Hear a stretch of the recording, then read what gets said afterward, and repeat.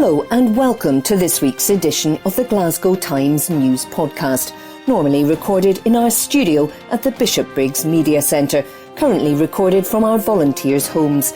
To keep in touch with us, use our social media platforms, Facebook, Instagram and Twitter, which are all at Q and Review. That's CUEANDREVIEW. Or get in touch via information@qandreview.com. That's information at CUEANDREVIEW.com. Please like and share our podcast and give us any constructive feedback. From the Glasgow Times, Friday the 7th of October 2022, from the news section, almost £5 million worth of illegal drugs seized by Police Scotland in 3 months, by Nicole Mitchell. Almost £5 million worth of illegal drugs were seized by police in 3 months, a report shows. Between April and June this year, Police Scotland recovered substances including cannabis, cocaine and heroin, with a total estimated street value of up to £4.7 million in a number of operations, including to the service's 2022-23 Q1 performance report. This included a vehicle stop in Lanarkshire, which resulted in a seizure of 2.7 kilograms of cocaine with an estimated street value of £80,000 and approximately 6 kilograms of heroin and cocaine that was recovered by road policing officers during a vehicle stop in North Lanarkshire. Deputy Chief Constable Fiona Taylor, QPM, said, "We know the terrible toll of drug deaths in Scotland, and the action described in this performance report underlines our commitment to reducing the harm caused to individuals, families and communities. Policing has a vital role in preventing drugs from reaching our streets and bringing those engaged in serious and organised crime to justice, and that will always be a key duty and priority for Police Scotland." The performance report also outlines progress in the national rollout of naloxone, following a decision to train and equip all professional officers with a life-saving nasal spray. DCC Taylor added, "Preservation of life lies right at the heart of policing. The national rollout of naloxone can assist our positive legal duty to improve the lives of our communities." In an article by Nicole Mitchell. From the Glasgow Times, Friday the 7th of October 2022, from the news section, Church in Hamilton closes immediately due to health and safety reasons, by Lauren Brownlee. A church in Hamilton has closed its doors due to health and safety reasons. St Cuthbert's Church on Glenlee Street was ordered to shut with immediate effect from Thursday, October the 6th. Right Reverend Joseph Toll, Bishop of Motherwell, wrote to the church via letter to inform Father Doran and parishioners of the news. He said, "Following your request to have the fixed wiring installation reviewed, one of our approved and qualified electrical contractors visited St Cuthbert's Church on Wednesday, October the 5th. The report given to the trustees of the Diocese of Motherwell about the condition of fixing wiring system in the church was that to guarantee its safety, the whole electrical installation needs to be replaced. As matters stand at present, the electrical contractor cannot agree to the safety of the installation. Given this information, the trustees have had to take the decision that the church must close immediately. This decision is for health and safety reasons. Until further notice, the 6 p.m. Vigil Mass and the 9:30 a.m. Sunday Mass will be celebrated in nearby St Ninian's Church." Dozens of people on social media reacted to the news. One person said, "St Cuthbert's is an integral part of our community and the history of it. So sad." Another added, "Definitely a sad day for St Cuthbert's and all its parishioners. A beautiful church with loads of history. I can understand why most parishioners will be sad to see it close like this. Hopefully the parish committee can help put a plan in place with the diocese to ensure that this is not permanent. Everybody needs to step up and do what they can. Prayers." In an article by Lauren Brownlee. From the Glasgow Times, Friday the 7th of October 2022, from the news section, Cops say there are people who could assist with probe into brutal murder of Glasgow man, by Lauren Brownlee. Cops are reappealing for information following the brutal murder of a Glasgow man more than 20 years ago. Darren Burt was at a gathering in Bournemouth Road, Barlanark, when a fight occurred and spilt onto the street, on the night of August the 27th, 2002. It wasn't until 1:30am the following morning that the 22-year-old was found seriously injured and lying on the road at Calvary Place. He was taken to Glasgow Royal Infirmary but died a short time later.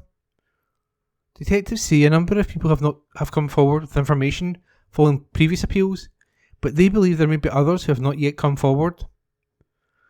As part of a renewed appeal, Senior Investigating Officer DCI Lindsay Waters appeared on BBC One's Crime Watch on Friday, October the 7th at 10am. Crime Stoppers is offering a £20,000 reward to anyone who contacts them with information leading to the arrest and conviction of those responsible. Speaking about the appeal, DCI Waters said, "Darren was only 22 years old when he was murdered in 2002. His death undoubtedly had an absolutely devastating impact on his family, and it is important we do everything we can to bring those responsible to justice. At the time of Darren's murder, the public did assist and come forward with information, but I do believe that there are still people out there with information who, for whatever reason, have not spoken to the police. With today's national television appeal, it is hoped we may reach these people or jog someone's memory for a detail that might seem insignificant at the time.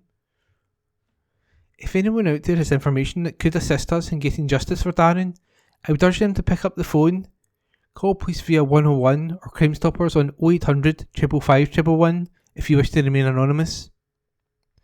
We've also set up a website that gives members of the public access to a form to send information directly to the major investigation team. An article is by Lauren Brownlee. From the Glasgow Times, Friday the 7th of October 2022, from the news section, Glasgow woman tried to stab cop after dispute with neighbour in Springburn. This article was an exclusive by Lauren Brownlee. A woman tried to stab a cop after they were called to a neighbour dispute in Springburn. Elizabeth Martin, 62, went to a woman's flat to complain about noise on Boxing Day last year. At 5pm, the neighbour contacted police to report Martin attending at her home. Officers turned up and spoke to both women separately. When police were in the neighbour's home, Martin attended in possession of a black-handled kitchen knife. An officer grabbed her wrist and she tried to hit him in the arm with the blade. He removed the weapon from her and she was placed in handcuffs before being taken to Govan Police Office. She was cautioned and charged. Martin, who was drunk at the time of the incident, appeared at Glasgow Sheriff Court for sentencing. Her lawyer explained that her client had been having ongoing issues with her neighbour. She told the court, "She reported this to her housing, but nothing was done about it. Matters have calmed down now. She's 62 and been before the court only once before. My submission would be to impose a restriction of liberty order. I'm not sure there is any need for supervision." Sheriff Alan Mackay replied, "She picked up a kitchen knife and tried to stab a police officer. It's very worrying. If she's drunk, she clearly loses control." The defence solicitor added, "She has nothing like this on her record and there are no ongoing issues with the neighbours. It was out of character." Sheriff Mackay told Martin, "This is a very serious matter. It's very strange that someone your age and lack of criminal background comes before the court for such a serious matter. Your loss of control is severe. I will offer you an alternative to a custodial sentence." She was tagged in order to stay within her home in Springburn from 8pm to 6am for 90 days. And that article was an exclusive by Lauren Brownlee. From the Glasgow Times, Friday the 7th of October 2022, from the news section, man left with broken shoulder after unleashed dog knocked him off bike in Glasgow's Kelvingrove Park, by Nicole Mitchell. A pensioner is urging pet owners to be more responsible after he was knocked off his bike by an unleashed dog and left with a broken shoulder. Derek Manson Smith was cycling home from the gym through Kelvingrove Park at around 10am on Wednesday, September the 21st, when a large black dog ran out in front of him and hit the wheel of his bike. The 78-year-old explains, "I was cycling back up the park towards the top of Kelvingrove on the north side near the football pitch when this dog appeared, and I didn't really see it until it was almost on the path, really running hard up the slope. It clipped the front wheel of my bike, my front wheel flipped around to the left, and I came off and landed on my shoulder and my hip, and I couldn't move. I was expecting an owner to come because the dog just kept on running. Around 5 to 10 minutes after he was knocked off his bike, 2 women stopped to help Derek and called an ambulance which took him to Queen Elizabeth University Hospital. He remained in the hospital for a week after it was diagnosed that his humerus had broken in the shoulder socket. Derek, who lives in the city's West End, said, "My hip is also very sore, but they didn't detect any damage to that. It's just bruised. I've got a sling to allow it, my shoulder, to heal itself rather than doing surgery." He added, "The day I came out, the register said he would hope after a couple of weeks I would start to see improvement in the movement of my shoulder, but it could take up to 3 months to heal. I'm just wondering when I'm going to get back on the bike and back in the gym. It could be a few months." Derek now has nurses and health and social care support workers visiting him at home while he recovers. When he's retired from his career in consumer affairs doing research for the Scottish Consumer Council and also writing about the legal system in Scotland, Derek says the incident has had a big impact on his life as he keeps himself busy. He said, "I'm a vice chair of the West of Scotland Research Ethics Committee and we meet every month, but last week we had our first in-person training day since 2019, which I was asked to run a workshop for. Thankfully, I had all the material prepared the day before this happened, so somebody else took over and ran the workshop. And then we had our monthly meeting, and I normally have all sorts of papers to read, but I just couldn't focus on any of them, so I just said, 'Sorry, I can't attend.' He also goes to the gym 3 to 4 times a week, and is an independent custody visitor." Although Derek says the majority of dog owners in the park are sensible, he's now urging others to keep control of their pets and be aware of other people using the park. He said, "I feel people have got to be more responsible for keeping their animals under control. Most people do. There's a large group of dog walkers in the park, and usually they spot me at a distance and move to the side and so on, and I'm very careful when I go through the park and go very slowly if there's children or dogs around. But this dog just seemed to be completely on the loose, so I don't know if it was a stray or what." He continued, "People don't appreciate the consequences of something that is over in a few seconds, and then takes months to resolve itself. Most dog owners that I see in the park are responsible. It's just this occasionally uncontrolled animal which can cause such mayhem. People should be aware there are vulnerable people, whether it's children or people on bikes." And that article was an exclusive by Nicole Mitchell. From the Glasgow Times, Friday the 7th of October 2022, from the news section, "Tributes paid to Dad Kevin Kennedy murdered in Glasgow's South Side," by Tom Torrance. Tributes have been paid to a dad who was killed in Glasgow's South Side. We previously reported that a murder inquiry was launched following the death of Kevin John Kennedy, also known as Kevin Jamieson. Cops were called to a Commonwealth Street South in Canning Park at around 11:30 p.m. on Wednesday night, having received a report of a man with serious injuries. The 36-year-old was rushed to the Queen Elizabeth University Hospital, where he was pronounced dead. His sister paid tribute to the best brother. She wrote, "Not got any words at all. Tonight my big brother Kevin Kennedy passed away. My heart is in total pieces and I cannot put into words how much this has torn our family apart. It still doesn't even feel real. I hope wherever you are, you're at peace and looking down on us all. Kev, you really were my best friend and enemy, all in one, and there will never be a day that you're forgotten, I promise. I love you with all my heart. Fly high." Meanwhile, Kevin's friend wrote, "R.I.P. bud, another took too soon. My thoughts are with family at this heartbreaking time. Kev was a good mate of mine, also many memories and occasionally a wee phone call at 2:30 in the morning, as you do. Rest easy, Kev." We reported yesterday that a large police presence remained at the scene in Canning Park. Forensic officers were seen combing the area while cops stood guard. A bouquet of flowers and a half bottle of Buckfast was placed at the doorway of a property. Dozens of tributes flooded in online. One person said, "Rest easy, Kev. Heartbreaking for all the family and friends. You will be sadly missed." Another added, "Rest easy, bro. Really missing you."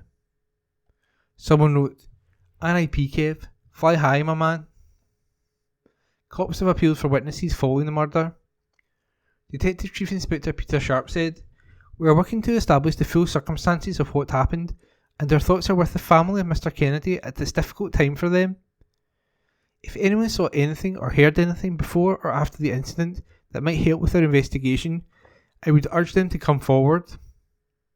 We believe this to be an isolated incident and there's no threat to the wider community.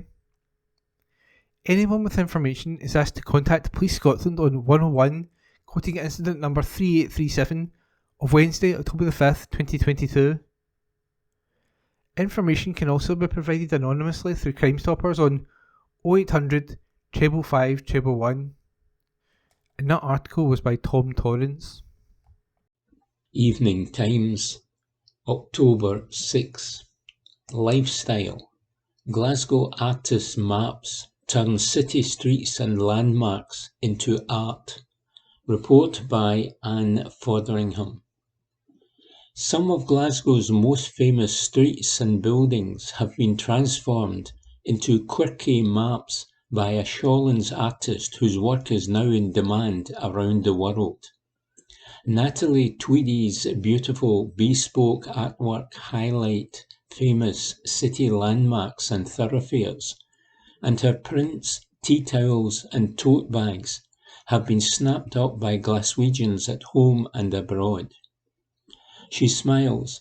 "I've had such a lovely response. I mentioned them on social media recently, and I was really taken aback by how many orders and positive messages I received, but it was great." Natalie, who lives in Shawlands, studied printed textile design at Galashiels School of Textiles and Design before moving down to London in 2001. She says, "I was always drawing when I was a child, so I think I knew I'd do something arty when I grew up. After graduating, it was hard to get a job. It was really tough in London. The only work you could get was unpaid internships. So I moved back to Glasgow, got a job in the public sector, and had a family. Art was always in the background though. I did it whenever I could to keep me sane." Around 2017, she made her first illustrated map of Shawlands. The response was instant and people loved it so much. Suddenly orders mushroomed. She explains, "Because people always have a connection with the place they are from, or grew up in, or the building they got married in, there was quite an emotional response to the maps, and especially because I include things like notable buildings and streets. They really mean something to people. So it was a really positive response, and it just grew from there." Natalie's business trades as Nebo Peklo, the Slovakian name for a paper fortune teller, the little folded cube that opens to reveal fortunes when you choose words or numbers written on each section, and it means heaven and hell. She says, "I used to write a blog back in the early 2000s, and I just liked the phrase. It's unusual. Now orders come from all over the world." And she laughs. "I recently got a message from someone in America who wanted to come and meet me in my shop. I literally work in my living room, so that made me laugh. He was keen to get an illustration of Ingham Street with Hutchison's Hall on it, because he was descended from the brothers who built it. He was so delighted with it, he sent me a photo of himself holding the frame print. It was really lovely. That sort of thing does give you a buzz when you know you have made someone happy." There has been the odd hiccup, she adds. "I often add little cars, cyclists or buses on the maps, and recently I did one of Straven in Lanarkshire. I took a lot of stick because I'd added a bus onto a street people said would never have had buses going up it. So I am really careful in my research now." Natalie says making the maps has also helped her understand much more about her home city. And she says, because I live on the south side, I naturally knew more about this area as it was so familiar, but it's been really interesting learning about other parts of the city. I am working on a Maryhill map just now, and I was amazed to find out there are so many fascinating historic buildings there. The area is always the starting point. Then I look at maps online and speak to people who live there to get suggestions for important streets and landmarks. I have my own colour scheme I'm happy with now. As a lifelong lover of mid-century design, I like to incorporate the style of that era into my work. Now Natalie is branching out into other parts of Scotland. She explains, the next focus for me is to work on other cities like Edinburgh and Dundee, and I'm also looking at Arran and some of the other Scottish islands. And she adds with a laugh, I will need to spend some time travelling around the country to get to know these areas, which is not a bad thing to have to do. In addition to the illustrated maps, Natalie creates beautiful architectural and botanical prints and has produced a stunning 2023 calendar full of illustrations of Glasgow buildings, including the Province Lordship, Scotland Street School, Glasgow University, and the GFT. Natalie's day job is in project management for the Scottish Qualifications Agency, and she juggles work and art with bringing up her children, Astrid, age 14, and Eben, 10. It's a busy life, she says.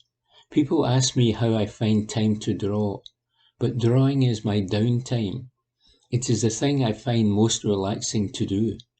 I'd much rather pick up a pencil than sit and watch television. Find out more about Natalie's work at nebo-peklo.co.uk. Report by Anne Fotheringham. Glasgow Times News on Monday the 10th of October. New footbridge with lifts opens at station. An article written by Rebecca Newlands. A fully accessible footbridge with lifts has now opened at a major railway station. Story Scotland, on behalf of Network Rail, has delivered the new footbridge at Johnston Station. The new layout has been designed to make travel easier for those with mobility problems, luggage and bikes.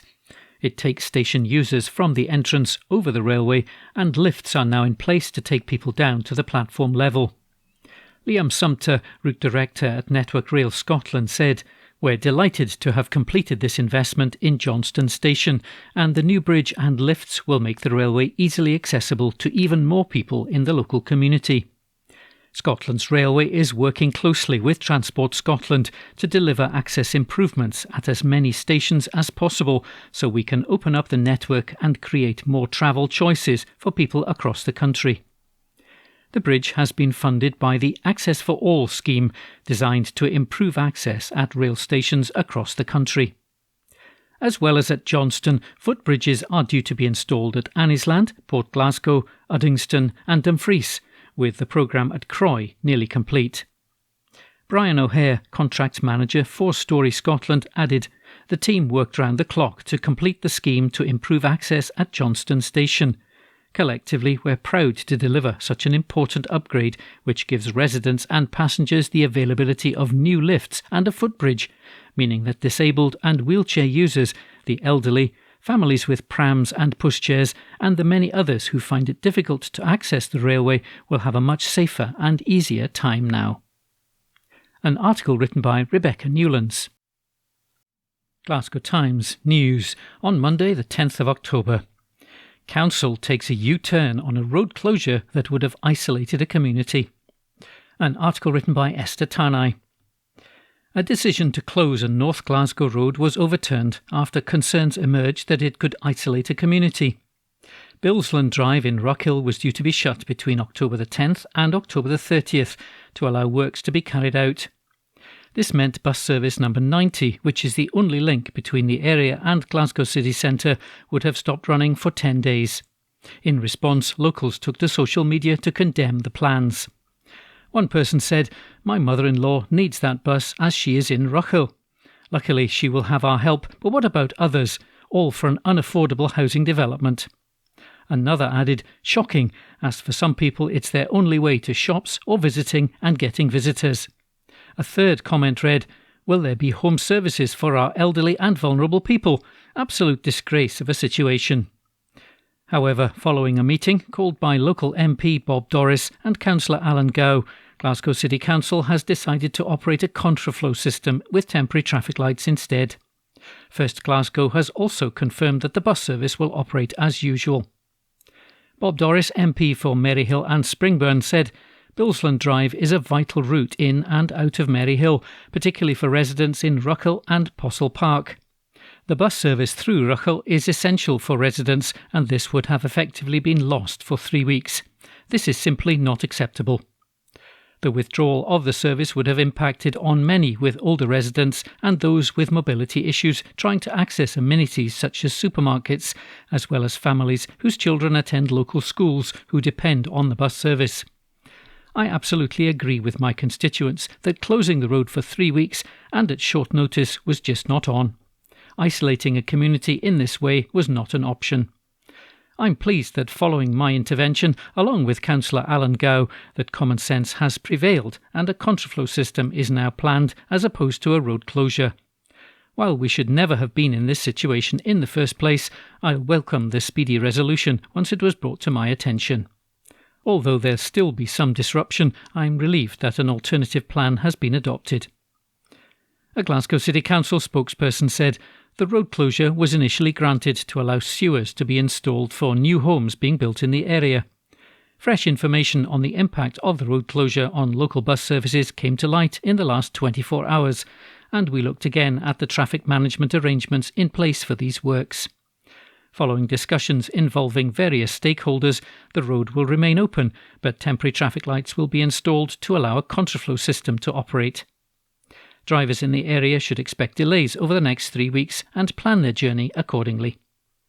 A First Bus spokesperson said, "This bus was being diverted because of roadworks. However, work is now able to take place without the need for a road closure. The bus is therefore not being diverted and will be following its normal route." An article written by Esther Tarnay. Glasgow Times News on Monday the 10th of October. Doctor runs 100 miles in 22 days for cancer research. An article written by Sarah Campbell. A Glasgow doctor has run more than 100 miles in 22 days, raising over £1,000 for charity. Dr. Joanna Nixon, a consultant clinical oncologist for NHS Greater Glasgow and Clyde, took on the formidable challenge this year in aid of Cancer Research UK, with donations from friends, family and colleagues adding up to a total of £1,605. She said, "I'm so thankful to everyone who donated to my fundraising efforts, and I'm really proud that I was able to finish the 100-mile challenge in 22 days. As an oncologist, I see the impact of cancer on the lives of people, both the patients and their families. Cancer is a diverse, common disease that affects people of all age groups and walks of life, so it really is everyone's business. We've made remarkable progress in the way of treatments through research and innovation, but we can do more. We can do better.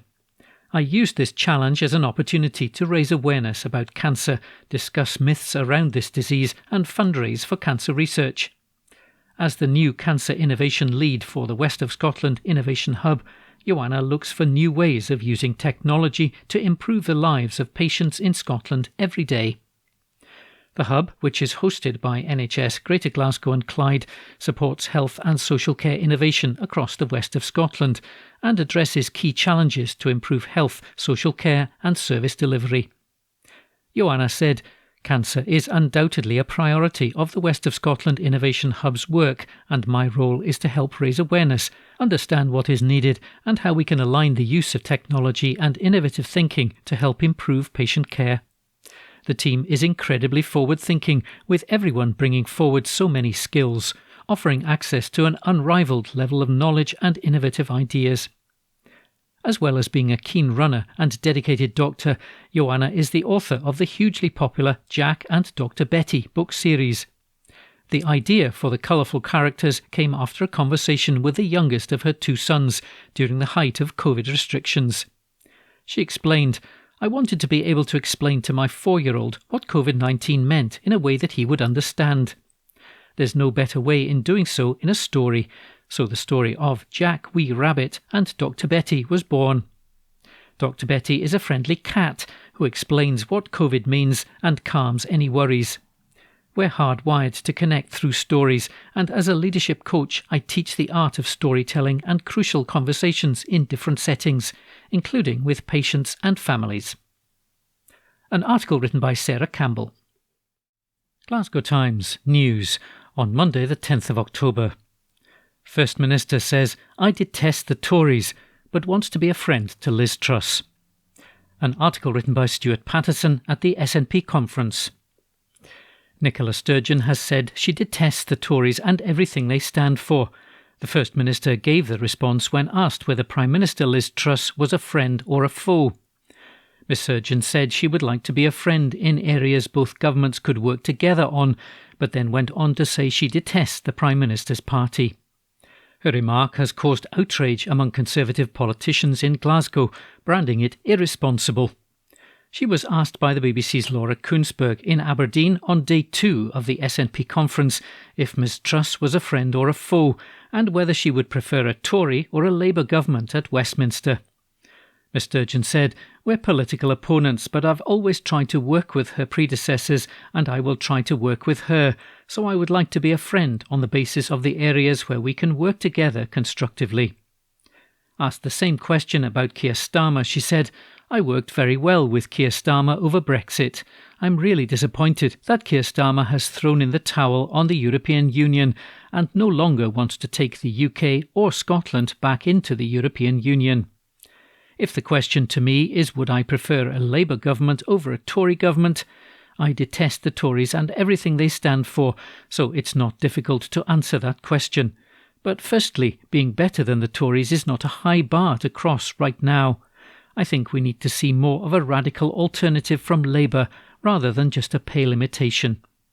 And if you're asking me do I think either a Westminster Tory government or a Westminster Labour government is good enough for Scotland, then my answer to that question is no."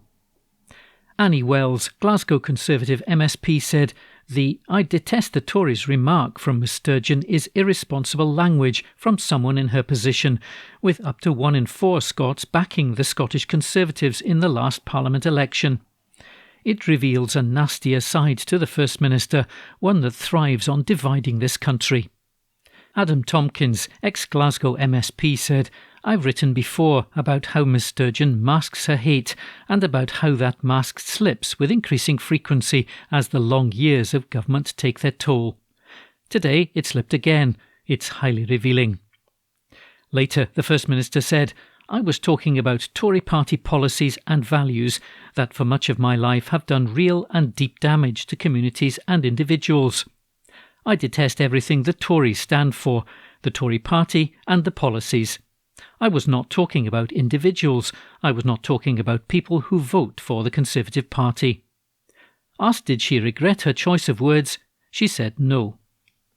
An article written by Stuart Patterson. Glasgow Times News on Monday the 10th of October. Hundreds show support for Iranian protesters. An article written by Sarah Campbell. Hundreds gathered in St Enoch's Square yesterday afternoon to show solidarity for Iranian protesters after the death of Mahsa Amini. Iran has seen weeks of unrest following the burial of Ms Amini, a Kurdish woman who died in police custody on September the 16th. The 22-year-old had been detained for allegedly wearing the mandatory Islamic headscarf too loosely. In the following weeks, protests spread across Iran and have been met by a fierce crackdown in which dozens are estimated to have been killed and hundreds arrested. gatherings in Iran and other countries including Turkey, Lebanon and France have seen women defiantly burning their headscarves or cutting off their hair in a stand against coercive religious dress codes. Across the globe, women including Oscar-winning actresses Marion Cotillard and Juliette Binoche have posted videos to social media with the hashtag #HairForFreedom as they too cut their hair short in support. In Glasgow yesterday, a sea of Iranian flags filled the air as crowds chanted, "Say her name, Mahsa Amini, justice for Mahsa Amini." A spokesperson for the Iranian Scottish Association said, "We organised the rally in Glasgow to stand with Iranian protesters and request the UK and Scottish governments to act in support of the Iranian protesters. We all have one goal of changing the theocratic regime with a democratic one and raising the awareness of the human and women's rights issues in Iran." Crowds later made their way towards George Square as they continued to passionately shout Mahsa Amini's name along with the words women, life, freedom. The Scottish Government has been approached for comment following yesterday's rally. An article written by Sarah Campbell. Glasgow Times News on Monday the 10th of October. Hero pensioner reveals how she fought off a sex attacker. An exclusive front-page article written by Amanda Keenan. A Have-A-Go hero pensioner fought off a sex attacker by breaking his fingers and booting him square in the groin. Brave Jeannie Barber battered pervert Kieran Sullivan after he pounced on her outside her home in Glasgow's Kinning Park. The 21-year-old grabbed both her breasts as the 72-year-old, who is battling cancer, was sweeping leaves for her neighbour. However, he got more than he bargained for. Jeannie, who bravely waived her right to legal anonymity to speak exclusively to the Glasgow Times, said, "He sneaked up behind me and put his hand over my mouth, then grabbed my chest. I got such a fright, but I thought, I'm not having this. I started laying into him and pulled his fingers right back, then twisted them until I could hear the bones snap and crunch. He started screaming in pain and let go of me. I managed to turn round and then gave him a swift, hard boot between the legs. He ran off and I screamed, 'You're a disgusting pervert. You're lucky I didn't break your neck.' I honestly don't know where I got the strength from to fight him off. Thank goodness I found it, because in the cold light of day he could have seriously sexually assaulted me. He's a monster and deserves to rot in jail, but I'm glad I got my own punishment in first." Jeannie's neighbours called police to her home after the terrifying assault on December the 30th last year. Mr. Sullivan was traced hours later following a chase and arrested. As well as attacking Jeannie, Twisted Mr. Sullivan was also caught performing sex acts on himself in public. He pleaded guilty at Glasgow Sheriff Court last month to 2 charges of sexual assault and also admitted 3 charges of engaging in sexual activity in the presence of others. The court heard of an earlier incident that day in which Mr. Sullivan was caught exposing himself while looking into a stranger's living room window. He did a similar act on Christmas Day 2021 while looking into an office window of a city centre homeless accommodation. Mr. Sullivan also groped a care worker in the television room of the accommodation in January 2020 before stating, "I know you want this." The terrified 51-year-old locked herself in an office and dialed 999. The hearing was further told that Mr. Sullivan performed a lewd solo act in Kelvingrove Park in the presence of 2 women, aged 23 and 19. Jeannie says the attack has left her feeling vulnerable and scared to leave her home. The pensioner says the stress of what Mr. Sullivan put her through has sapped her self-confidence and caused her weight to plummet. She explains, "I'm wary going anywhere now. It shattered me and I don't even like sleeping upstairs. I'm a nervous wreck because of what he did to me. I've lived here safely for over 40 years and can't believe I was attacked on my own doorstep. I've gone from 12 stone down to 6.5 stone. This has really taken its toll on me. If he can do something so vulgar to an elderly lady, then what else is he capable of? I honestly believe he wanted to rape someone." Police have secured Jeannie's home with alarms, but she says she still jumps at every noise. She lost her husband Eddie to leukemia 8 years ago and says he would be proud of how she fought off her attacker. The mum of 2 added, "I was brought up to stand up for myself. I've never taken any nonsense in my life. If Eddie was still here, he'd be saying, "Well done." He would be furious that I was assaulted on the doorstep of our home. I never thought something like this would ever happen to me, and you can't help but replay it in your mind. I've often been feisty, and I'm glad I gave him a good hiding. It was what he deserved, and I hope he's locked up for a long time. As far as I'm concerned, he's a risk to women and should never be allowed to roam free. I won't let this beat me, and I'm determined to move on with my life. Sentence was deferred pending background reports on Mr. Sullivan until later this month by Sheriff Matthew Jackson, KC. The deviant who appeared from custody had his remand continued and was put on the sex offenders register meantime. An exclusive front page article written by Amanda Keenan. Glasgow Times News on Monday the 10th of October. Major Glasgow shopping centre now welcomes dogs. An article written by Esther Tarnay. A Glasgow shopping centre is to welcome dogs for the first time. Silverburn has announced it's officially received a dog-friendly status, initially for a limited trial period. Water bowls and waste bag stations will be located throughout the mall to welcome the pets. After consultation, a selection of retailers will also adopt dog-friendly status, including the Fragrance Shop, Paperchase, Waterstones, H&M, Pandora and Fossil, alongside the brand new Donna Shack and Café Krispy Kreme, which has recently added puppuccinos to its menu. Each of the dog-friendly retailers will be easily identified by a paw-print vinyl sticker on its window. David Pierotti, General Manager of Silverburn, said, "We pride ourselves on being a destination that's inclusive for all, and considering the 10% rise in dog ownership in recent years, we wanted to trial opening our doors to everyone in the family, which includes some of the best behaved dogs out there." This new policy allows visitors to shop, eat and relax at Silverburn alongside their canine companion, without the anxiety of leaving them behind. When asked, over 80% of our customers welcome the concept, so we're excited to make this addition and will continue to monitor feedback throughout the trial period. An article written by Esther Tarnay. Glasgow Times News on Monday the 10th of October. NHS campaign urges public to come forward for COVID-19 and flu vaccines. An article written by Sarah Campbell. The Scottish Government has launched a new campaign urging those eligible for winter vaccines to come forward when invited. A message broadcast across television, radio and digital services warns the public not to let their protection fade and to keep up the fight against COVID-19 and flu in the face of an uncertain winter season. Health Secretary Hamza Yousaf said, "Viruses like flu and COVID-19 can spread quickly in winter and can be serious. Vaccines are our best protection against these viruses, but research shows this protection can fade over time. With an uncertain winter ahead, it's important to get the vaccines when they're offered to you so that we can top up your protection and boost your immunity." Frontline health and social care workers, residents and staff in care homes for older adults and everyone who's aged 65 or over have already been invited forward for vaccination. Appointment letters have now been distributed for those aged 5 and over who are at higher risk of COVID-19 or flu. Anyone who's pregnant is asked to speak with their midwife about arranging their appointment. Later this month, the online booking portal will open for other eligible groups, including those aged 50 to 64 with no underlying health condition.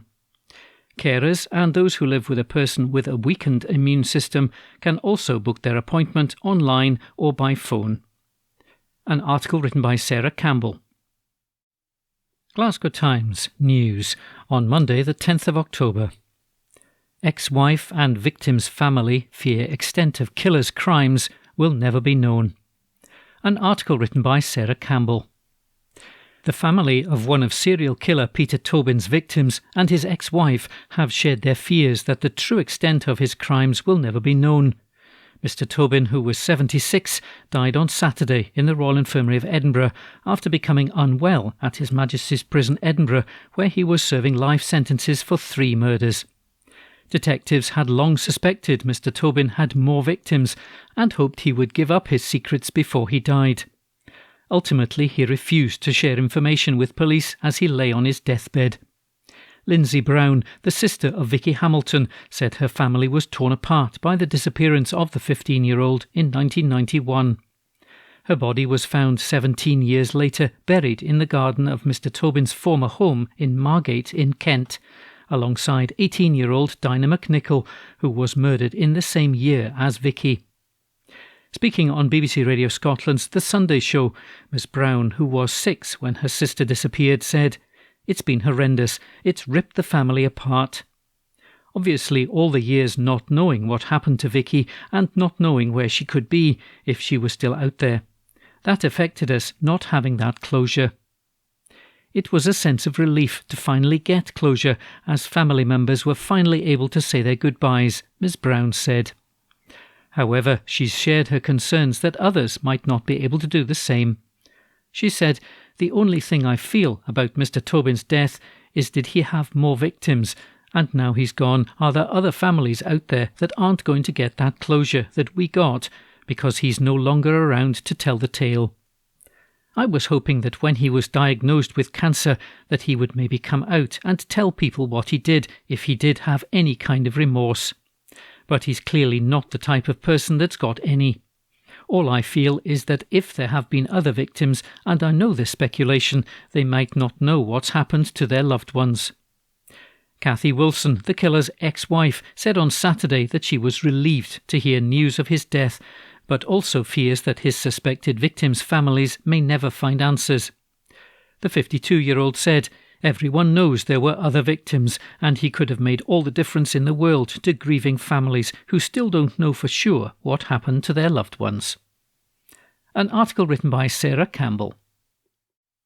Glasgow Times News on Monday the 10th of October. Teens brandished weapons in front of passengers on a train. An exclusive article written by Lauren Brownlee. 3 teenagers boarded a train to Glasgow and brandished weapons in front of passengers. Kieran Gemmell, who's 19, recently appeared from custody at Glasgow Sheriff Court. He was in the dock alongside 2 other youths who can't be named due to their age. The 17-year-olds and Mr Gemmell boarded the Ardrossan Harbour to Glasgow Central ScotRail service at Paisley-Gilmore Street on the evening of November the 1st last year. Passengers on the train saw Mr Gemmell carrying a hammer.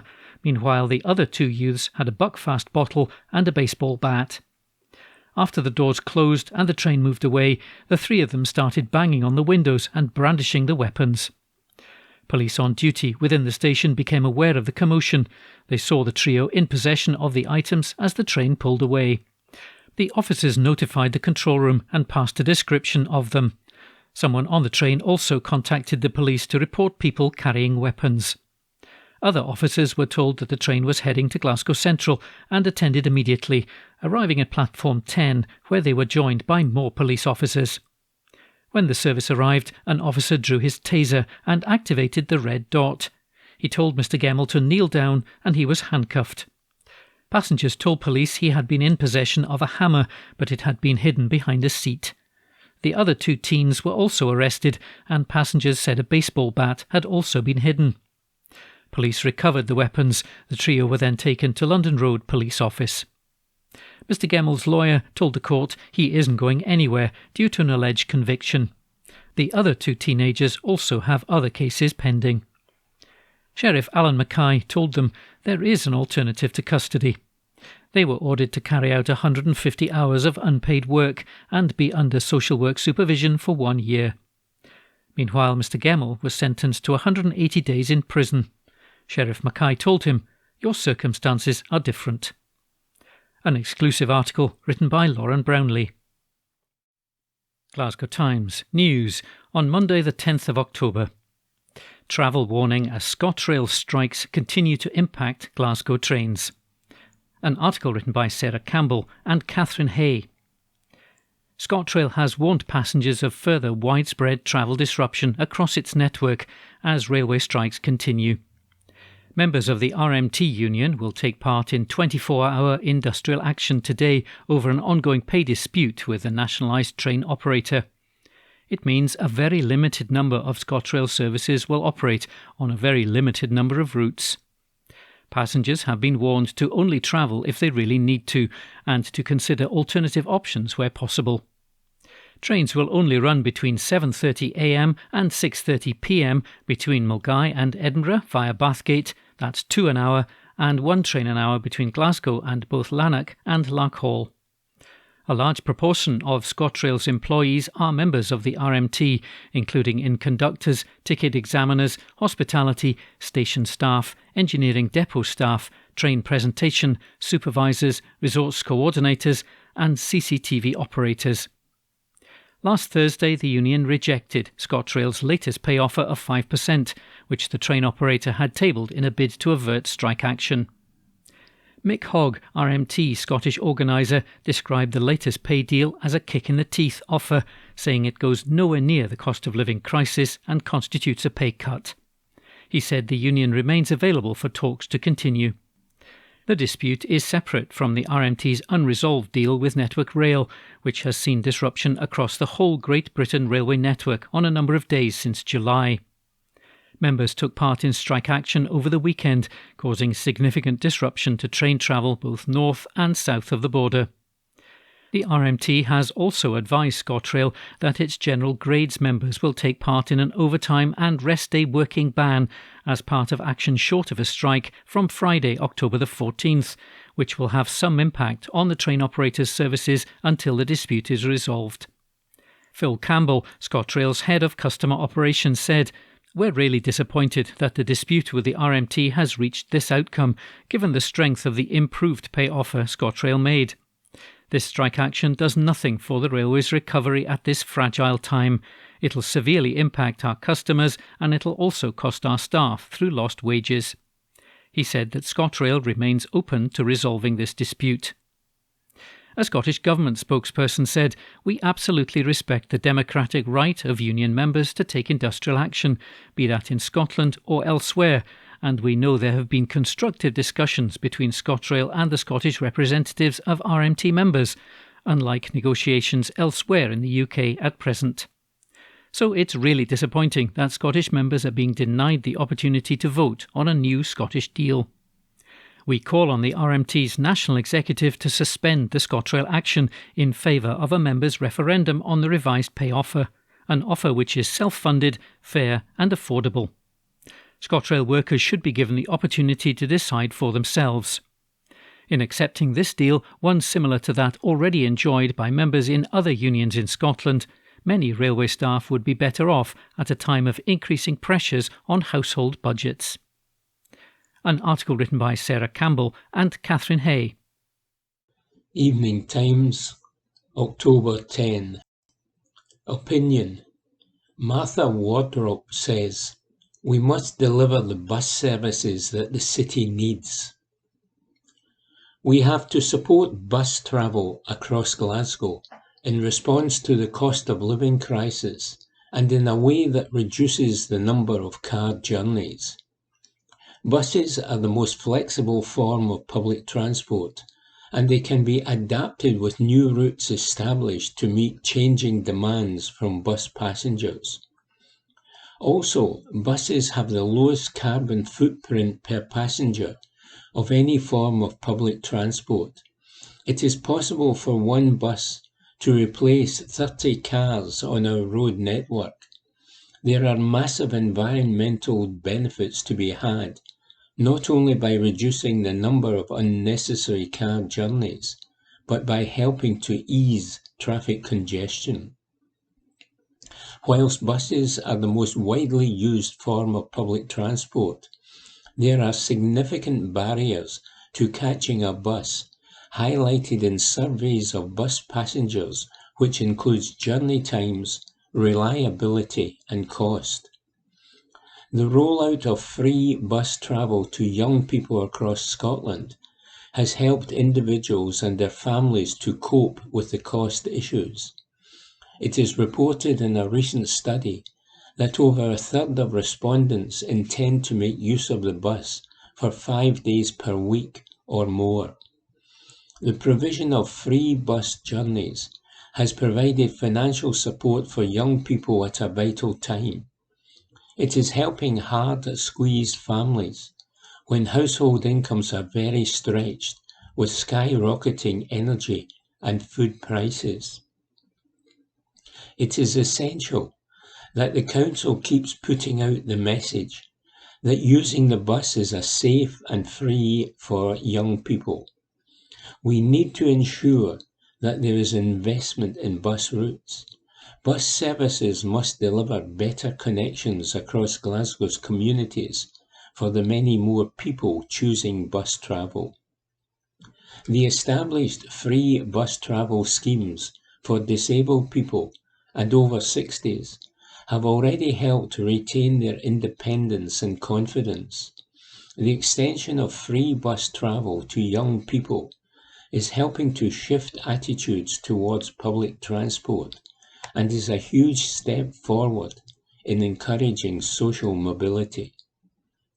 Scottish Greens are working to deliver progressive policies like free bus travel for young people to bring about the changes that Glasgow needs. Emissions from transport are the biggest single source of climate emissions in Scotland. There are long-term trends of driving and car ownership increasing, while bus patronage, cycling and walking fall, resulting in emissions continuing to rise. We must support safer communities, prioritising public transport, cycling, walking, wheeling, and enable the rapid replacement of fossil fuel vehicles. There has to be a focus on delivering job opportunities in building Glasgow's public transport infrastructure for the future. Currently, there is a shortage of bus drivers, and improvements in terms and conditions are supporting a recruitment drive. Through the work of Unite Shop Stewards Committee, there continues to be progress in protecting jobs, services and pay and conditions of bus drivers. Developing bus driving as a career is crucial to be able to deliver the bus services that the city needs. We can build a safer, more equal Glasgow that leads the world in tackling the climate emergency through improved bus travel, says Martha Wardrop.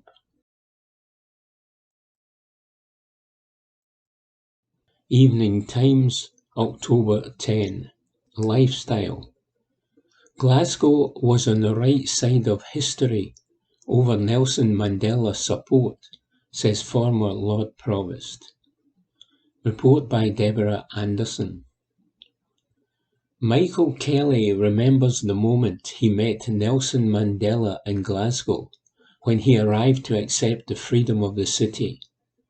It was an honour which had been bestowed on the former South African president several years before, while he was still imprisoned in Robben Island. Former Lord Provost Dr. Kelly was instrumental in making it happen and had the chance to ask Mandela what the honour meant to him. Thousands of miles away, the people of Glasgow were taking notice of Mandela's struggle for freedom, and in 1981, Glasgow councillors agreed Mandela should be given the freedom of the city, the first city in the world to do so.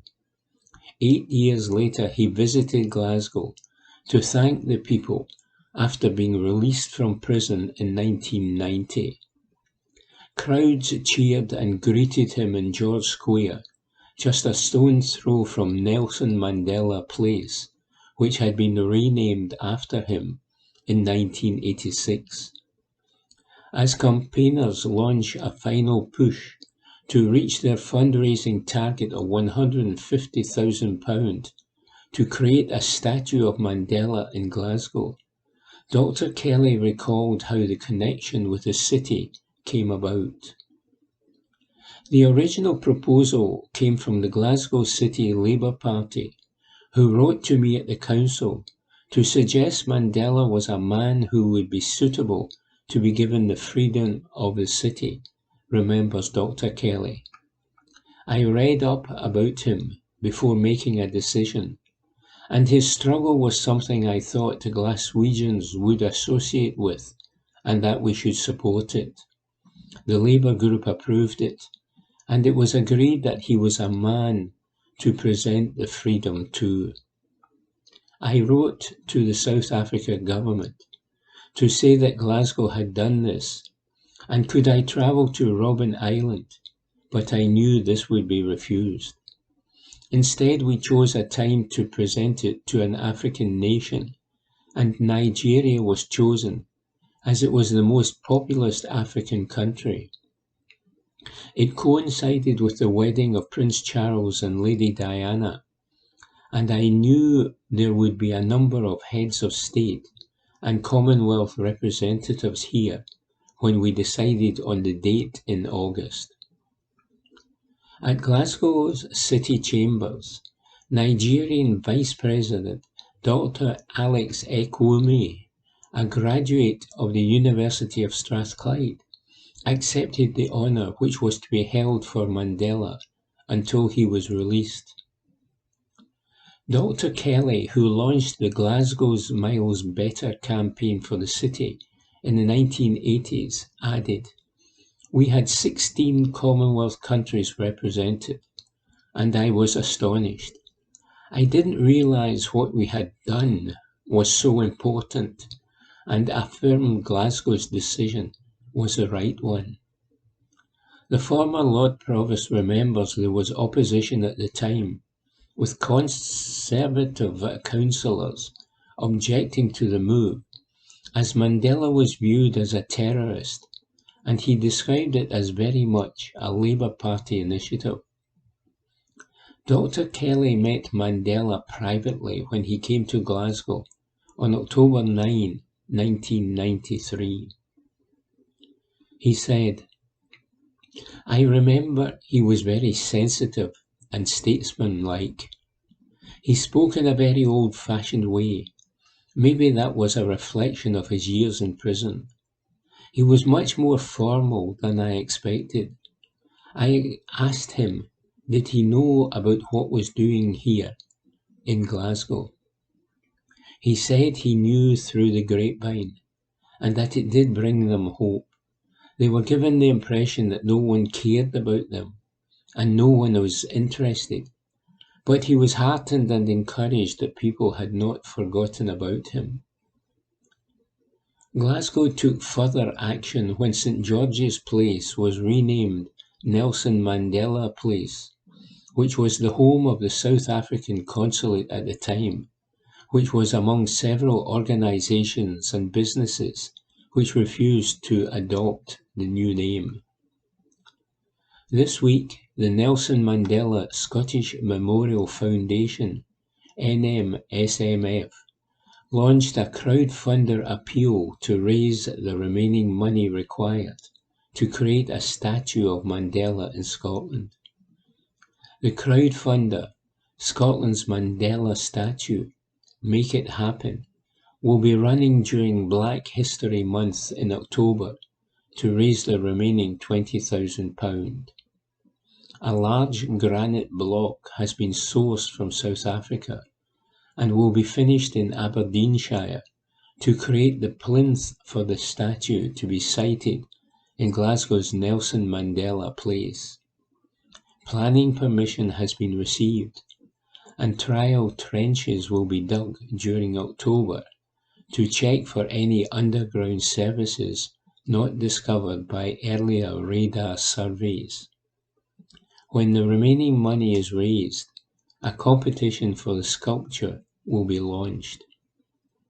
Brian Filling, chairman of the NMSMF, said, "A permanent memorial to Nelson Mandela in Scotland will remind Scots and visitors of the proud history of solidarity with the struggle against apartheid, and will also educate future generations on the need to stand up against racism and injustice whenever and wherever it rears its ugly head."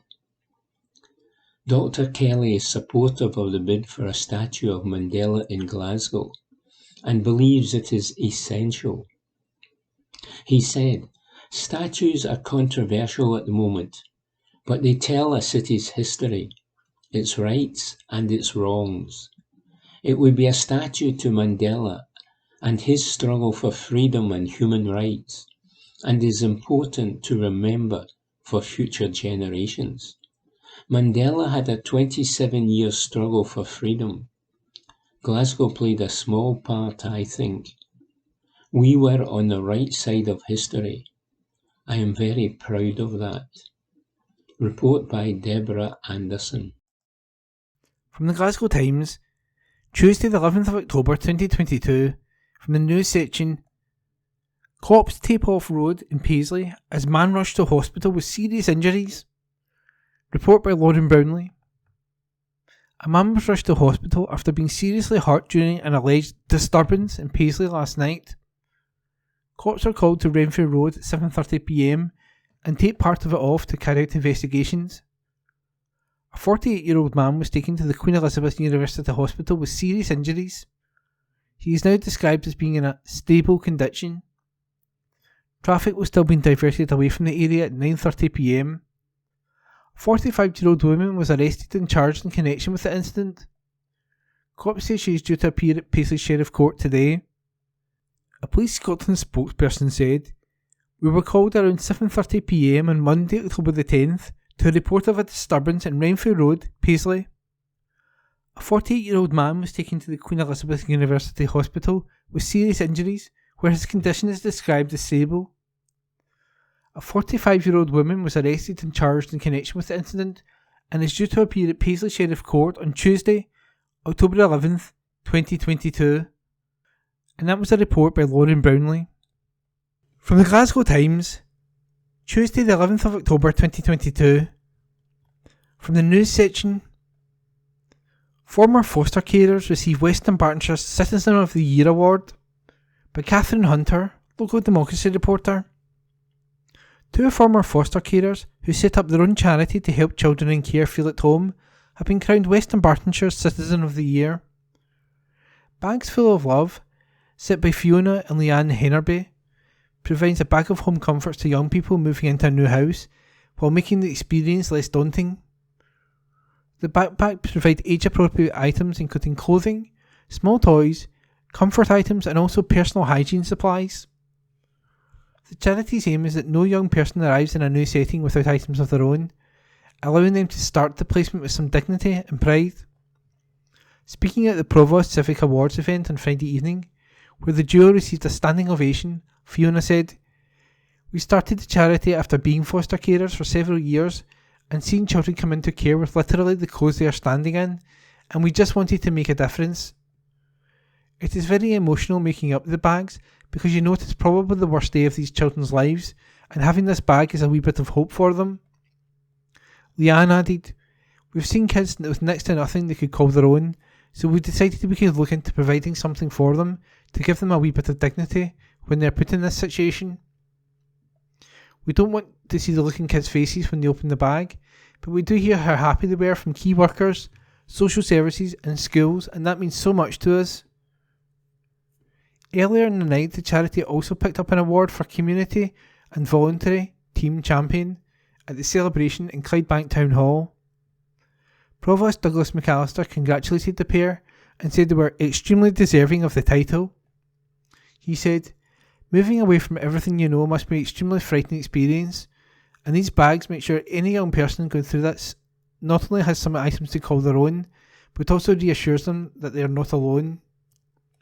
All of our winners and nominees are so deserving of the praise they have been given, from volunteering their own free time to give opportunities in the arts and sports, to raising awareness about mental health and ensuring our communities are empowered. They are awe-inspiring. What makes this inspirational work even more special is that more often than not it is done under the radar, without much thanks, and so it has been an absolute pleasure to recognise their dedication publicly tonight and show them how grateful we all are." Other award winners across 4 categories were recognised for going above and beyond for Western Bartonshire. Lottie Barker was named as Arts and Culture Champion for her work running community arts organisation Clifftop Projects to make the arts accessible to all, with weekly art in the park sessions, intergenerational dance company, theatre trips, art holiday camps, and an adult creative club aimed at improving mental health and reducing isolation. The Sports Champion Award was given to John Joyce a coach who's given more than 4 years of his time volunteering in his time for youth football, training multiple teams each week and setting up the first ever Renton girls football team, as well as helping develop boys teams.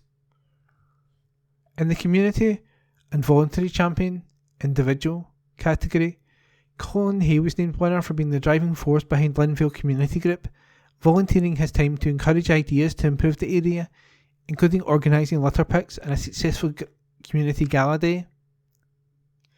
While Zoe Neeson was crowned youth champion after she encouraged her mum to set up Look for a Book, a hide and seek style game where children can enjoy reading a book and hide it for someone else to find. Look for a Book now has over 2,500 followers on Facebook and has created a real buzz for reading in the outdoors for young children in the area. And that article is by Catherine Hunter. From the Glasgow Times, Tuesday the 11th of October 2022, from the news section, free high-vis vests available for school children in South Lanarkshire, by Esther Tarnoy.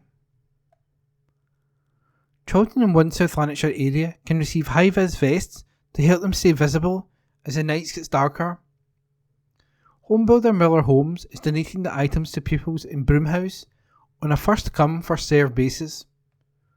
Available at their local Ellismuir Gardens development, the company is giving away the vests as part of its Home Safe initiative.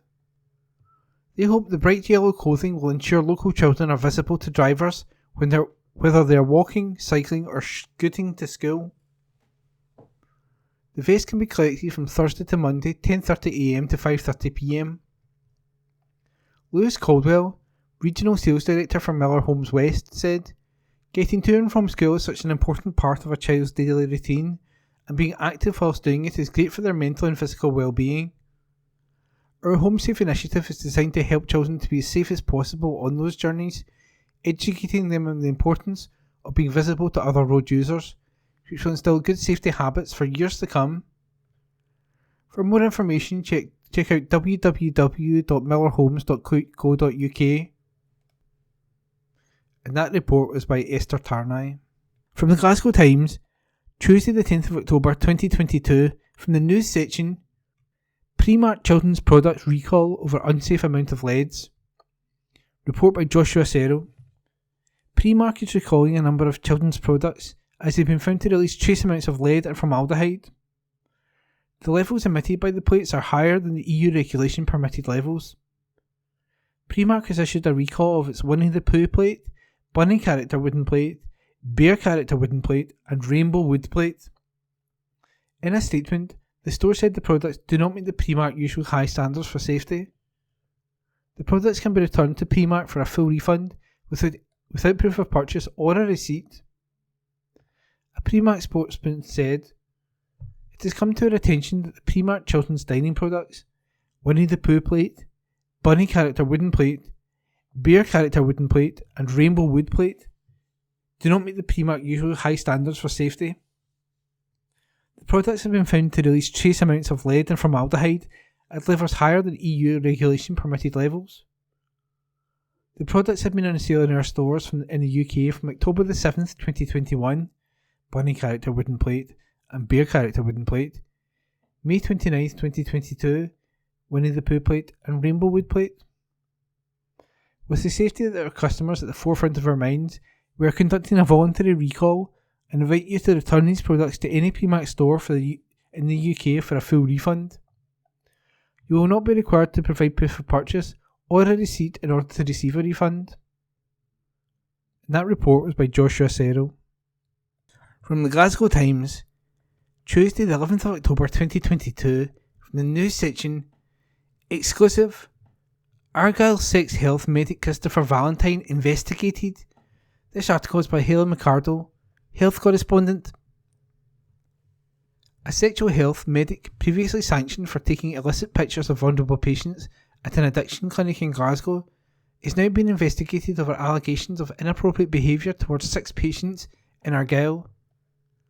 Dr. Christopher Valentine, 60, is alleged to have behaved inappropriately towards 6 patients between May 2017 and March 2018 by taking photographs and making inappropriate and untrue statements during clinical examinations. A tribunal into his fitness to practice as a doctor is also set to consider allegations that the specialist's actions during these consultations were not clinically indicated, dishonest and sexually motivated. Furthermore, it is alleged that Dr. Valentine, who is based in Dunoon, failed to make an adequate record of the consultations. Hearings before an expert panel at the Medical Practitioners Tribunal Service, MPTS, in Manchester are expected to last until November the 4th.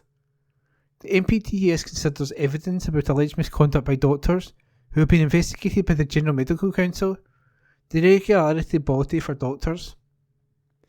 It is up to the MPTS to rule on whether a UK registered doctor's fitness to practice is impaired and, if so, how they should be sanctioned. In the worst cases, it can erase doctors from the medical register, meaning they can no longer practice in the UK.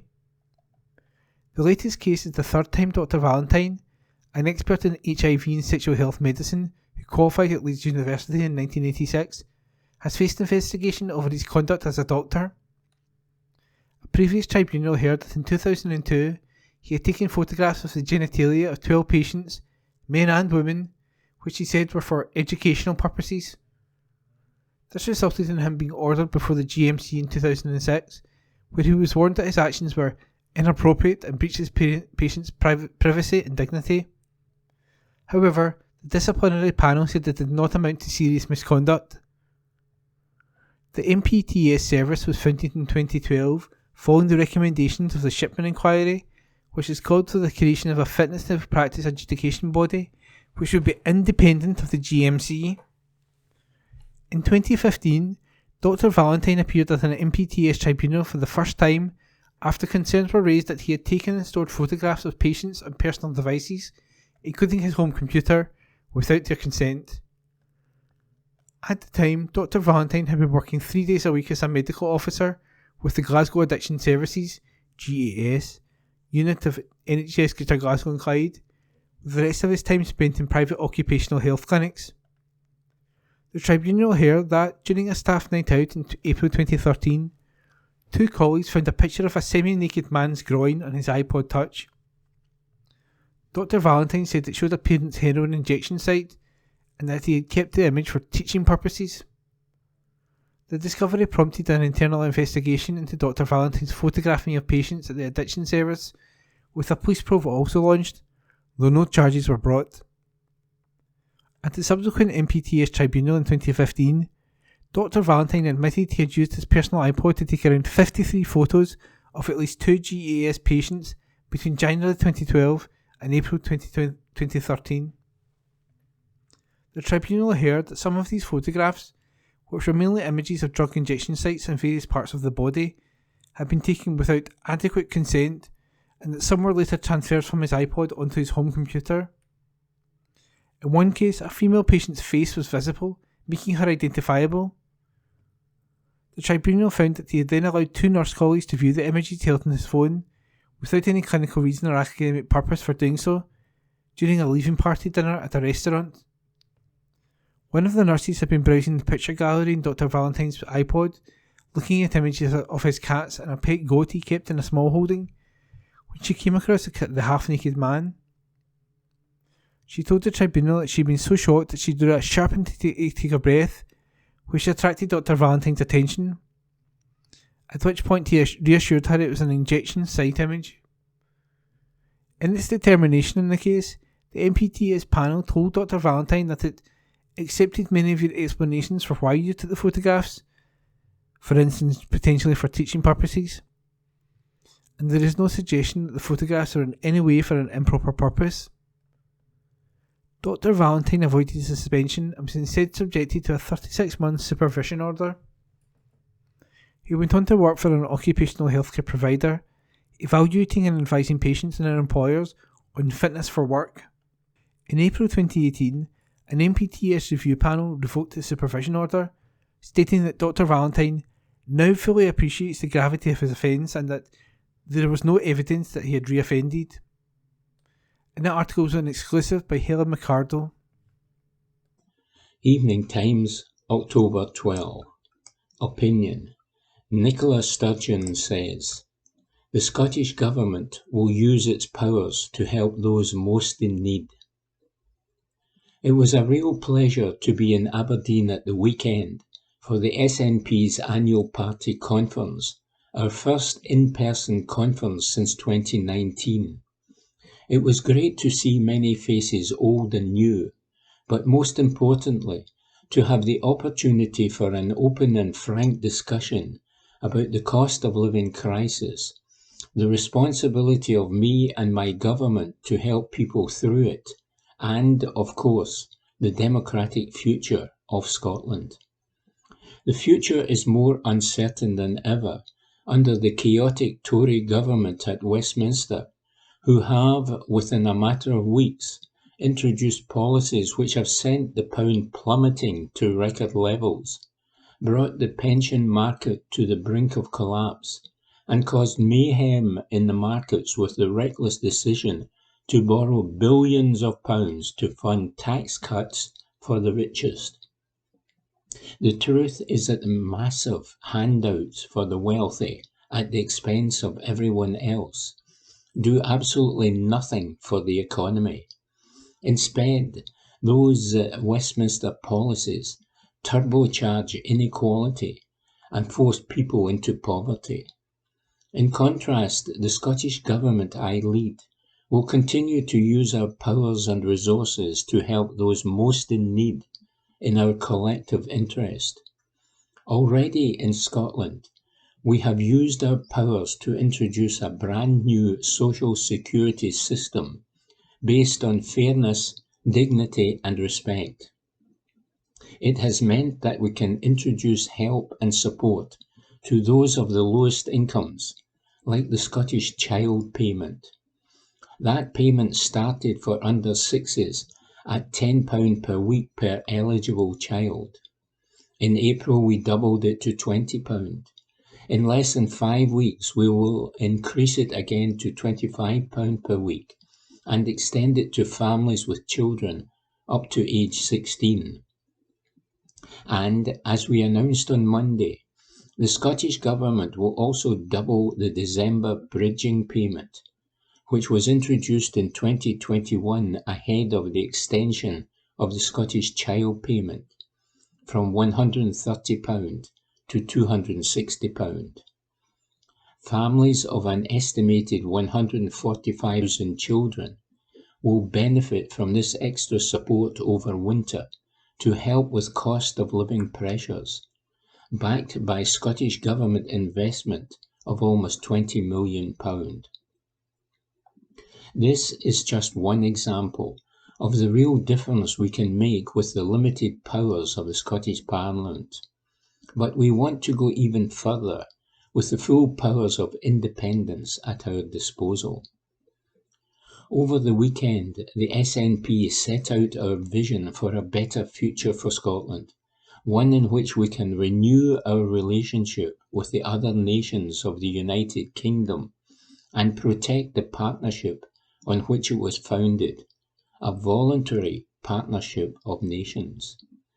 England, Scotland, Wales, and the island of Ireland will always be the closest of friends, but we can achieve a better relationship, a true partnership of equals, when we win Scotland's independence. Evidence from across the world show that independence is normal, and that independence works for a number of European nations of a similar size and with similar economies to Scotland. Many of these countries are flourishing and outperforming the UK in a number of measures. They are wealthier, more equal and more productive. They also have lower poverty rates, lower child poverty, and lower pensioner poverty. Nations such as Denmark, the Netherlands and Sweden are amongst the most successful societies the world has known, and it is their success, not a failing UK economy, that Scotland should aim to match. 1 week today we will publish the next in our Building a New Scotland series of papers, which will make the economic case for independence and set out how we can build a new sustainable economy based partly on Scotland's immense renewable energy potential. It will show how, in an independent Scotland, we can deliver lower energy prices and stronger security of supply, secure fair work, and end age discrimination for those on the minimum wage. We will show how businesses can benefit from independence. With EU membership, they'll be back inside the world's biggest single market. With a fairer migration policy and European freedom of movement restored, they will have access to talented and committed workers from Europe and across the world, and they will have new opportunities to influence government policy through a social partnership approach. In short, with independence, we will show how we can break with the low productivity, high inequality UK economy and use the full powers of independence to build an inclusive, fair, well-being economy which works for everyone.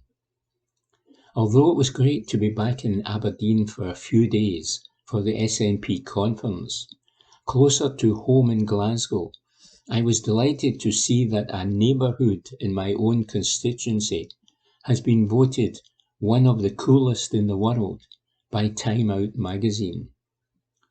The list, which also includes areas in Lisbon, Guadalajara and London, highlighted Shawlands for its multicultural community and food and nightlife spots. Congratulations, says Nicola Sturgeon.